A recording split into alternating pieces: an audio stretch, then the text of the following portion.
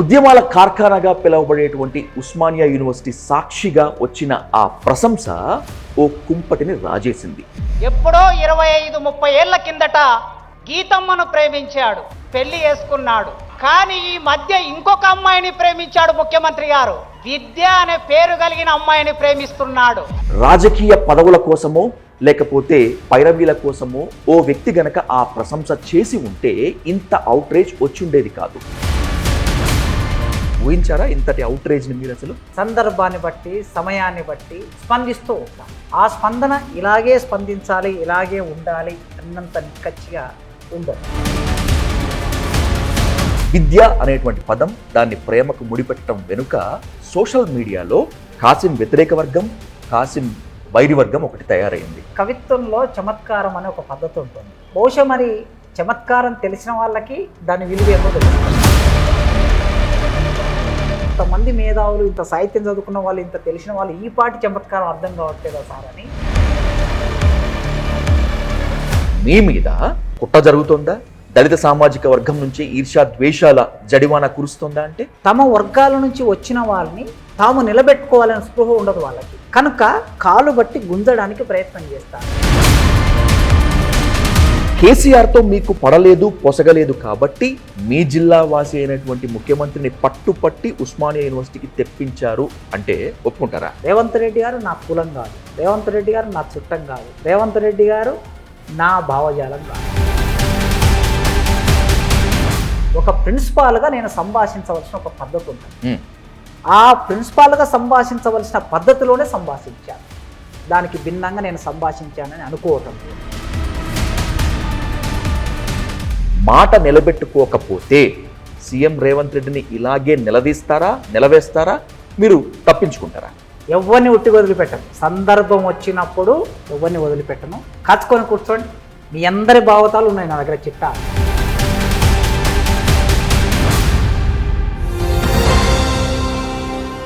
ఉద్యమాల కార్ఖానాగా పిలువబడేటువంటి ఉస్మానియా యూనివర్సిటీ సాక్షిగా వచ్చిన ఆ ప్రశంస ఓ కుంపటిని రాజేసింది.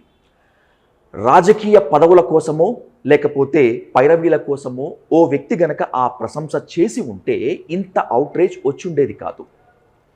విప్లవోద్యమంతో పరోక్షంగా పరిచయం ఉందో లేకపోతే అభ్యుదయ భావాలు ఉన్నటువంటి ఆ వ్యక్తి చేయటమే ఈ ప్రశంసపై ఇంత అవుట్రేజ్ రావడానికి కారణం. ఇది సందర్భోచితమే అనేటువంటి వర్గం ఒకటైతే కాదు, అసలు రూపం బయటపడింది అనేటువంటి వైరి వర్గం వాదన ఇంకొకటి. ఎందుకని ఉస్మానియా యూనివర్సిటీ సాక్షిగా తెలంగాణ సీఎం రేవంత్ రెడ్డిపై ప్రొఫెసర్ చింతకింది కాసిం ఆ ప్రశంస కురిపించారు అనేటువంటి దానిపై ఇన్ డెప్త్గా డిస్కస్ చేద్దాం. Let's invite Osmania arts college principal professor Chintakindi Kasim on to the dial news hot seat with Vijay Sadhu. Kasim గారు నమస్తే. నమస్తే. బహుశా ఇంత అవుట్రేజ్ వస్తుందని మీరు కూడా ఊహించి ఉండరు. ఒక ఘాటు కామెంట్తోనే స్టార్ట్ చేస్తాను. అలసటి ప్రభాకర్ రాస్తారు కదా, ఓ అర్భకుడైన కవి పదవుల కోసమో సన్మానాల కోసమో దేబ్రించడం తప్పితే ఈరోజు నగరంలో అవాంఛనీయ ఘటనలు ఏమీ జరగలేదు అని చెప్పి ఊహించారా ఇంతటి అవుట్రేజ్ని మీరు? అసలు అయితే సాధారణంగా నేను కవిని, ముఖ్యంగా వేదన నుంచి, అంటరానితనం నుంచి, అణిచివేత నుంచి అక్షరాలను అందుకోవడం కోసం ఒక పెద్ద యుద్ధం చేసి ఉస్మానియా విశ్వవిద్యాలయం వరకు ప్రయాణం చేసి, ఈ ప్రయాణంలో చిందిన నెత్తురు, కన్నీరు, అరెస్టులు, నిర్బంధము, ఒకానొక స్థితిలో బతుకుతామా ఉంటామా అనే సందిగ్ధంలో ఇట్లాంటి ప్రయాణంలో వచ్చిన వాడిగా, సున్నితమైన భావాలు మనసులు ఉన్నటువంటి వాళ్ళుగా సందర్భాన్ని బట్టి సమయాన్ని బట్టి స్పందిస్తూ ఉంటాం. ఆ స్పందన ఇలాగే స్పందించాలి, ఇలాగే ఉండాలి అన్నంత నిక్కచ్చిగా ఉండదు. ఎందుకంటే పేపర్లో రాసుకొని ఉపన్యాసం చదివే అలవాటు నాకెన్నడూ లేదు. పేపర్ చూసి మాట్లాడే అలవాటు ఈ 30 ఏళ్లలో నాకెన్నడూ లేదు. కనుక ఆ క్షణానికి అక్కడ ఉండే శ్రోతలు ఏమి ఆలోచిస్తారు, ఆ శ్రోతలకు ఏమి అవసరం అని మాట్లాడటమే నాకు తెలిసిన విద్య. అది మాకు మౌఖిక వారసత్వం నుంచి వచ్చిన విద్య. మేము పండితులం కాదు. ఇటు 7 తరాలు అటు 7 తరాలు మా కుటుంబంలో ఎవరు పండితులు లేరు, ఎవరు చదువుకోలేరు. కనుక అది ఒక రూపం, అది నాకు వ్యక్తీకరణకు సంబంధించిన ఒక రూపం. ఆ నేపథ్యం నుంచి దీని వెనుక ఉండే ఇతరేతర ప్రయోజనాలు అనే అంశాన్ని ఎవరైతే సామాజిక మాధ్యమాలలో ఆపాదించడానికి ప్రయత్నం చేస్తున్నారో, నాకుండే ప్రయోజనం ఒక్కటే. ఈ ఉస్మానియా విశ్వవిద్యాలయంలో నేను చదువుకున్నా. ఈ ఉస్మానియా విశ్వవిద్యాలయం నాకు జ్ఞానాన్ని ఇచ్చింది, నాకు చైతన్యాన్ని ఇచ్చింది, నాకు ఉద్యోగాన్ని ఇచ్చింది. తెలంగాణకి ఈ ఉస్మానియా విశ్వవిద్యాలయం ఆధారం. ఆరాట పోరాటాలకి ఇది ఒక పునాది. అలాంటి విశ్వవిద్యాలయాన్ని కాపాడుకోవటమే నా ప్రయోజనం. నా ఫైరవి ఏమిటంటే ఉస్మానియా విశ్వవిద్యాలయం కాపాడుకోవాలి, నిలబెట్టుకోవాలి. 108 ఏళ్ళు దాటింది, ఇంకా 108 ఏళ్ళు బతికుంటే ఈ తెలంగాణ సమాజంలో నాలాంటి అట్టడుగు వర్గాల నుంచి వచ్చే పిల్లలకి ఒక నాణ్యమైన విద్య అందడం కోసం నా ఆరాటం, నా పోరాటం, నా వ్యక్తీకరణ. మీరు పుస్తకానికి ఎంత ప్రాధాన్యత ఇస్తారో, చదువుకి ఎంత విలువనిస్తారో నాకు తెలుసు. కానీ విద్య అనేటువంటి పదం, దాన్ని ప్రేమకు ముడిపెట్టడం వెనుక సోషల్ మీడియాలో కాసిం వ్యతిరేక వర్గం, కాసిం వైరి వర్గం ఒకటి తయారైంది. ఎలా ఇలా? నిజానికి కవిత్వంలో చమత్కారం అనే ఒక పద్ధతి ఉంటుంది. బహుశా మరి చమత్కారం తెలిసిన వాళ్ళకి దాని విలువ ఏందో తెలుస్తుంది. చమత్కారం తెలియని వాళ్ళు ఒకవేళ తెలియకపోయినా మనం దాన్ని అర్థం చేసుకుంటాం. మీరు నన్ను కలిసే ఒక గంట ముందు నేను క్లాస్ చెప్పి బయటకు వచ్చాను.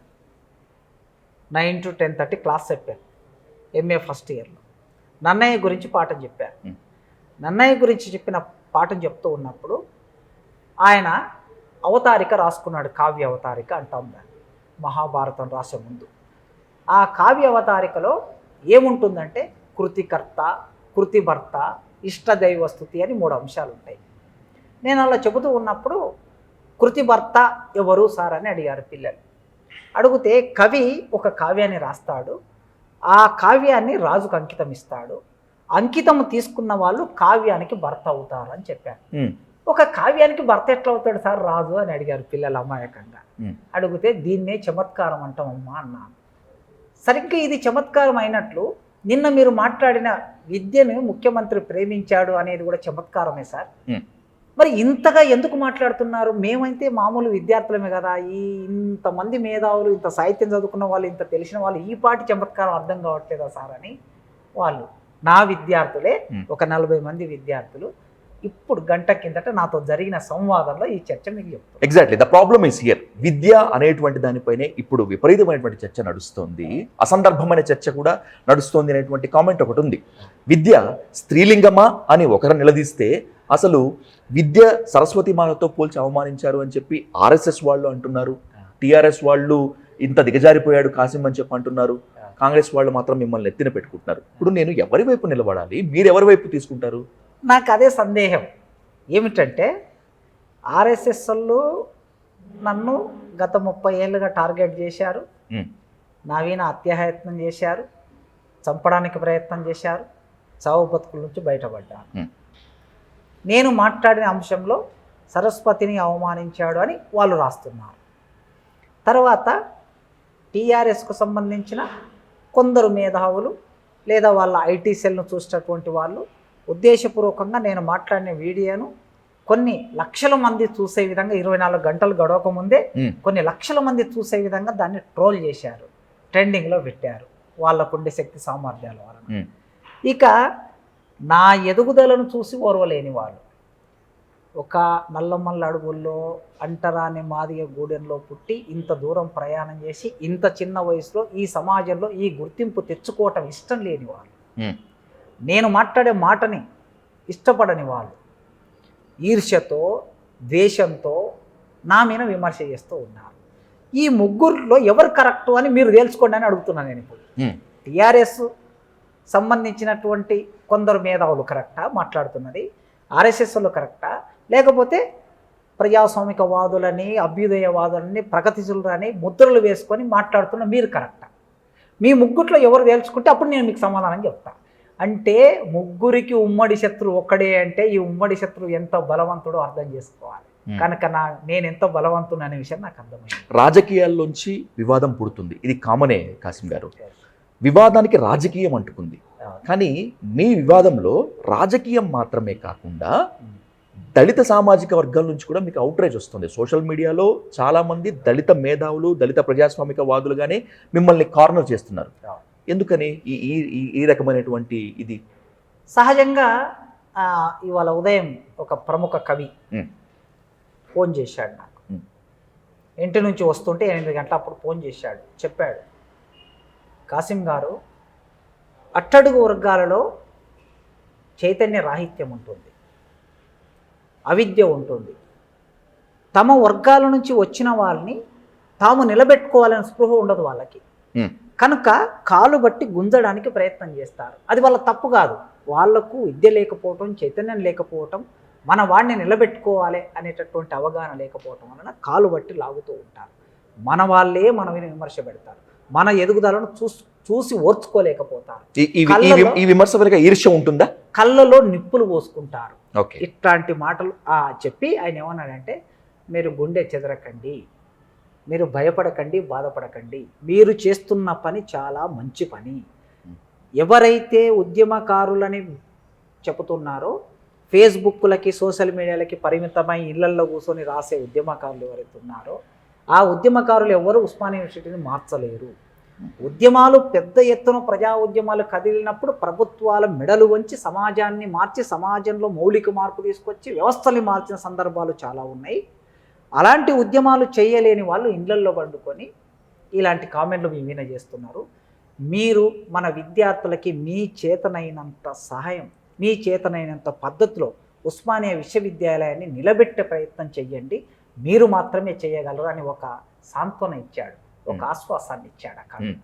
కనుక ఏ వర్గం, సామాజిక వర్గం నుంచి అయితే నేను వచ్చానో, ఆ సామాజిక వర్గం వాళ్ళే ముందు నిలబడి నా మీద విమర్శ పెట్టడానికి ముందు వచ్చినప్పుడు, ఇతరులు చేసే విమర్శకు వీళ్ళు ఆలంబనగా పనిచేస్తున్నారు, వీళ్ళు ఒక ఆయుధంగా పనికొస్తున్నారు, వీళ్ళ భుజం మీద తుపాకీ పెట్టి ఇంకొకడు కాలువడానికి ప్రయత్నం చేస్తున్నారు. కనుక ఏదో బైబిల్లో ఒక మాట ఉన్నది, నా ప్రియమైన ప్రభువా, వారు ఏమి చేయుచున్నారో వారికి ఎరుకలేదు, మన్నించు అని ఉంటుంది. కనుక ఇంతకు మించి నేను చెప్పగలిగేది ఏం లేదు. నల్లమల అంటరాని మాదిగగూడెం నుంచి అత్యంత ప్రతిష్టాత్మక ఉస్మానియా యూనివర్సిటీ ఆర్ట్స్ కాలేజ్ ప్రిన్సిపల్గా ఎదిగినటువంటి మీ మీద కుట్ర జరుగుతోందా? దళిత సామాజిక వర్గం నుంచి ఈర్ష్యా ద్వేషాల జడివాన కురుస్తోందా? అంటే సహజంగా ఒక అగ్రకుల మేధావి చేసేది సమాజంలో యాక్సెప్టెన్స్ ఉంటుంది అందరికీ, ఓ చాలా బాగా చేశాడు అని. ఒక కింది వర్గం వాళ్ళు అదే పని చేస్తే పట్టింపు ఉండదు, పట్టించుకోకపోవడం పక్కన పెడితే అనేక అభండాలు వేయడానికి ప్రయత్నం చేస్తారు. కనుక ఈ మొత్తం క్రమంలో చాలా జాగ్రత్తగా అన్ని వైపుల నుంచి ఒక కుట్ర నా వెనుక మొదలై అది ఇప్పుడు నా ముందుకు వచ్చింది. ఖచ్చితంగా ఈ కుట్రని నిజంగా నేను మాట్లాడిన మాటల వెనుక ఏమైనా నా వ్యక్తిగత ఉద్దేశాలు ఉండి ఉంటే ఖచ్చితంగా నేను ఆలోచిస్తాను. ఖచ్చితంగా ఈ సమాజం నా నుంచి ఏం కోరుకుంటుందో దానికి భిన్నమైన వ్యక్తీకరణ నా నుంచి వచ్చినప్పుడు సమాజానికి సమాధానం చెప్తాను. కానీ నేను మాట్లాడినటువంటి వాటిలో దురుద్దేశాలు ఆపాదిస్తున్న వాళ్ళే ఎక్కువ మంది ఉన్నారు. నేను మాట్లాడిన విషయాలని మద్దతు తెలుపుతూ సపోర్ట్ చేస్తున్న వాళ్ళు ఎక్కువ మంది ఉన్నారు. కొందరు మాత్రమే ఫేస్బుక్లో రాయగలరు, కొందరు మాత్రమే మాట్లాడగలరు సోషల్ మీడియాలో, కానీ లక్షలాది మంది మాట్లాడలేరు.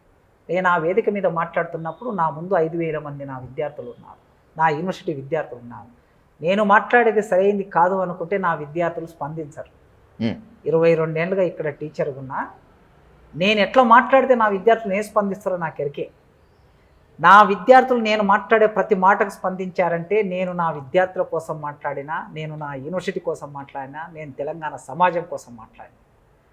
నేను లోపల వెళ్ళి రాజకీయ నాయకులకు ఉపన్యాసాలు రాసిపెట్టి, రాజకీయ నాయకులు శాసనసభలో చేసే ప్రసంగాలు రాసిపెట్టి, రాజకీయ నాయకుల జీవిత చరిత్రలు రాసిపెట్టి, రాజకీయ నాయకుల ప్రశంసా పత్రాలు రాసిపెట్టి, ఇలాంటి చరిత్ర నాకు లేదు.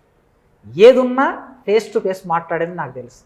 ముఖ్యమంత్రి అయినా, ప్రధానమంత్రి అయినా, నాయకుడైనా, ఎవరైనా, వైస్ ఛాన్సలర్ అయినా, ఎవరైనా మనసులో ఉన్న మాట నేరుగా మాట్లాడమే తెలుసు. అభిప్రాయం అది పొగడతైనా, అది విమర్శ అయినా బహిరంగంగా మాట్లాడమే తెలుసు, ప్రజల ముందు మాట్లాడడం తెలుసు. కనుక ఆ పద్ధతిలో నా విద్యార్థుల స్పందననే నాకు గీటు రాయి. ఈ ఎవరైతే నా వీణ వ్యతిరేకంగా రాస్తున్నారో వారు రాసే దాంట్లో ఏమాత్రం సదుద్దేశం ఉన్నా నేను స్వీకరిస్తా. వాళ్ళు రాసే దాంట్లో దురుద్దేశం ఉంది అనేది నాకు ఇప్పటి వరకు అర్థమవుతున్న విషయం. క్రిస్టల్ క్లియర్గా ఆన్ రికార్డ్ అడుగుతున్నాను కాసిం గారు, ఆ స్పీచ్ ముందుగానే ప్రిపేర్ చేసుకున్నారా, లేకపోతే మీరు ఎప్పుడూ మాట్లాడుతుంటారు కదా అశువుగా సందర్భోచితంగా, అలా వచ్చేసిందా? సాధారణంగా నేను ఒక గంట 40 నిమిషాలు సీరియస్ అకాడమిక్ ఉపన్యాసం ఇవ్వాలనుకుంటే దానికి ఒక 15 రోజులు ప్రిపేర్ అవుతాను. 15 రోజులు పుస్తకాలన్నీ తెచ్చుకొని ప్రిపేర్ అయ్యి నోట్స్ రాసుకుంటాను. నోట్స్ ఒక 20-30 పేజీల నోట్స్ రాసుకొని నా దగ్గర పెట్టుకుంటాను.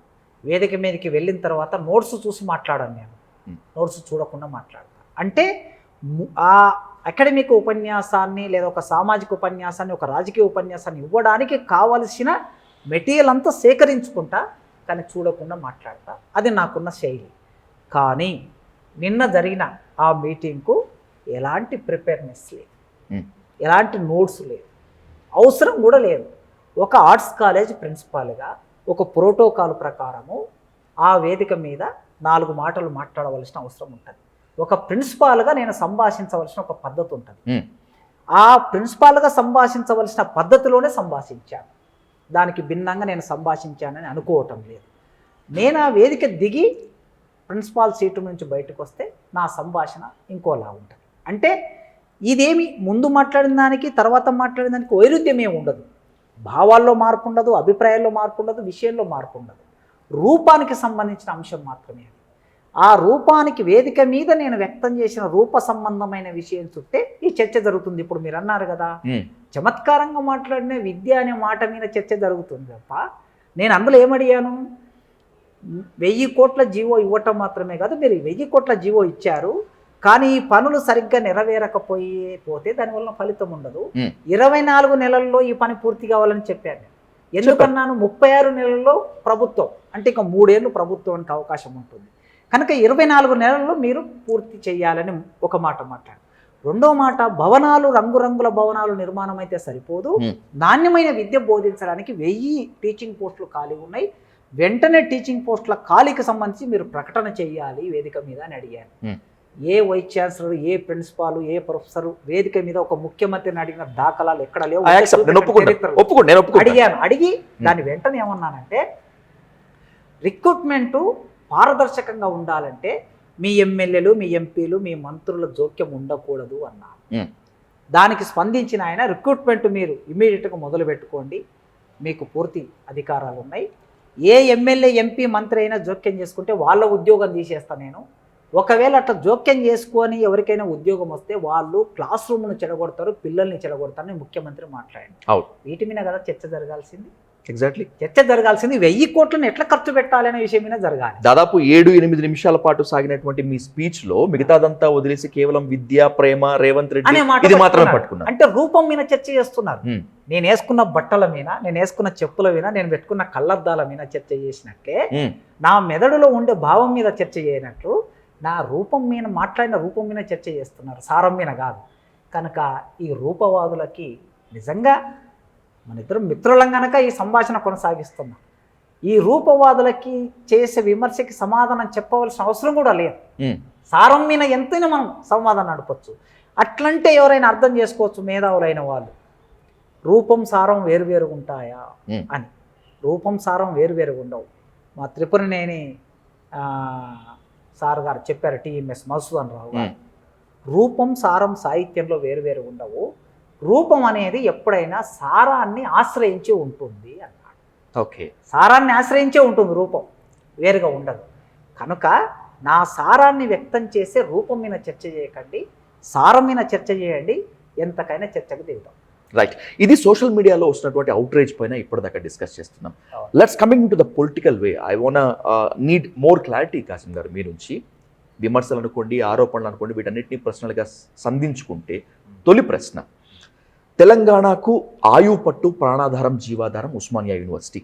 తెలంగాణ తెచ్చుకున్న తర్వాత తెలంగాణ ముఖ్యమంత్రిగా ఉన్నటువంటి కేసీఆర్ ఇక్కడికి వచ్చే ప్రయత్నం చేయలేదు, వచ్చిన యూనివర్సిటీ విద్యార్థులు అడ్డుకున్నారు. కేసీఆర్తో మీకు పడలేదు, పొసగలేదు కాబట్టి మీ జిల్లా వాసి అయినటువంటి ముఖ్యమంత్రిని పట్టుపట్టి ఉస్మానియా యూనివర్సిటీకి తెప్పించారు అంటే ఒప్పుకుంటారా? నేను కేసీఆర్ గారు తెలంగాణ ఉద్యమంలో ఉన్నప్పటి నుంచి కేసీఆర్ గారితో వ్యక్తిగత పరిచయం ఉంది నాకు. ఎందుకంటే ఉద్యమంలో కలిసి పనిచేశాం. కేసీఆర్ గారు తెలంగాణ ఉద్యమంలోకి 2001లో వచ్చారు. మేము తెలంగాణ ఉద్యమంలోకి 1996లో వచ్చాం. 1998లో అమరుడు ఆకుల భూమయ్య గారి నాయకత్వంలో తెలంగాణ జనసభ పెట్టాం. అమరురాలు belly లలితక్క, ఐలన్న, Bhumayya sir, Maddileti, Kanakachari sir, Sudarshan, మేమందరం కలిసి పనిచేశాం. నెత్తురు ధారపోసాం తెలంగాణ కోసం. 98లో జనసభ పెట్టి మేము తెలంగాణ అంతా తిరిగాం. ఆ క్రమంలోనే నా విన దాడి జరిగింది. అట్లా సందర్భంలో కేసీఆర్ 2001లో వచ్చిన తర్వాత చాలా సందర్భాల్లో ఉద్యమం గురించి, ఉద్యమ రూపాల గురించి, యునైటెడ్ ఫ్రంట్ గురించి మాతో మాట్లాడే సందర్భాలు భూమయ్య గారు, నేను కేసీఆర్ గారి దగ్గర కూర్చున్న సందర్భాలు ఉన్నాయి, మాట్లాడుకున్న సందర్భాలు ఉన్నాయి. స్వయంగా కేసీఆర్ గారు భోజనం వడ్డించిన సందర్భాలు కూడా ఉన్నాయి.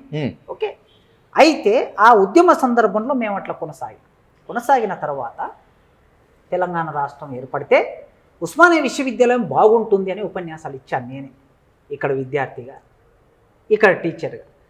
ఎలా బాగుంటుంది అంటే 1996 నుంచి 90ల నుంచి ప్రపంచీకరణ మొదలైన తర్వాత విద్యారంగం మీద ప్రభుత్వం నిధులు కేటాయించడం తగ్గించి ప్రభుత్వ నియామకాలని లేకుండా చేసి ఈ యూనివర్సిటీని గాలికి వదిలేసినప్పుడు తెలంగాణ వస్తే యూనివర్సిటీ బాగుపడుతుందని కోరుకున్నాం మనం అందరం.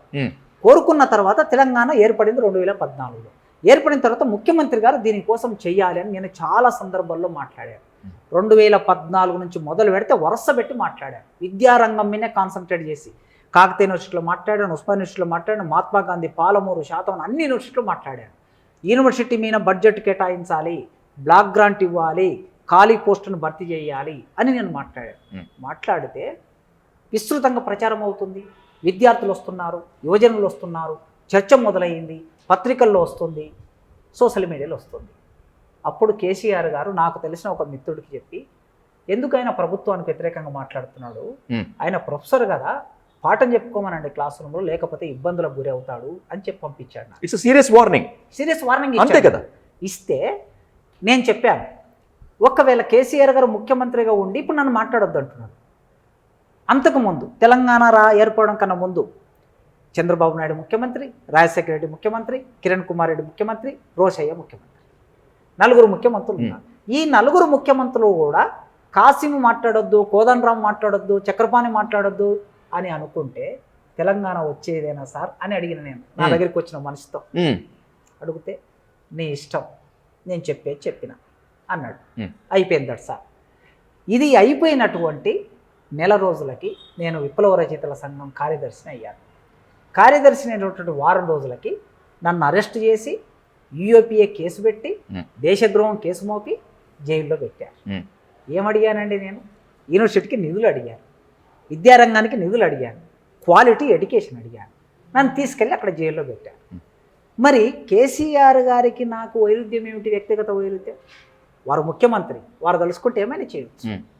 నేను ఒక సామాజిక కార్యకర్తగా, ఆలోచనపరుడిగా తెలంగాణ బాగుపడాలని కోరుకున్నటువంటి వాడిగా, ముఖ్యంగా నేను పనిచేస్తున్న విద్యారంగం బాగుపడాలని కోరుకున్నాను. నేను ఇంతకు మించి కేసీఆర్ గారికి నాకు వైయక్తికమైన వైరుధ్యం ఏమీ లేదు.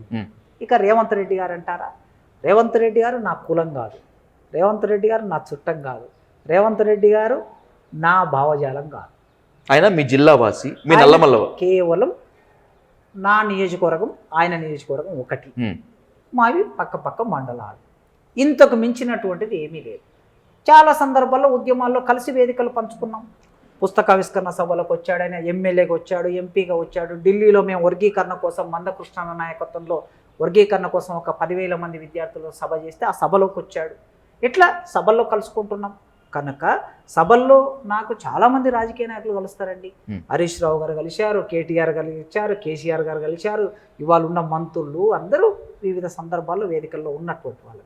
ఆ విధంగా రేవంత్ రెడ్డి గారు ఆయా సందర్భాల్లో వేదికల్లో కలుసుకున్నాం. వారు ఇప్పుడు ముఖ్యమంత్రి అయ్యారు. ముఖ్యమంత్రి అయిన తర్వాత మేము వెళ్ళి అడిగామన్నా, మేము ఇప్పుడు గతంలో ప్రభుత్వాన్ని అడిగాం, కానీ ప్రభుత్వం ఏమి ఇవ్వలేదు. మీరైనా ఉస్మానియా యూనివర్సిటీ మీద శ్రద్ధ పెట్టండి, ఆలోచించండి.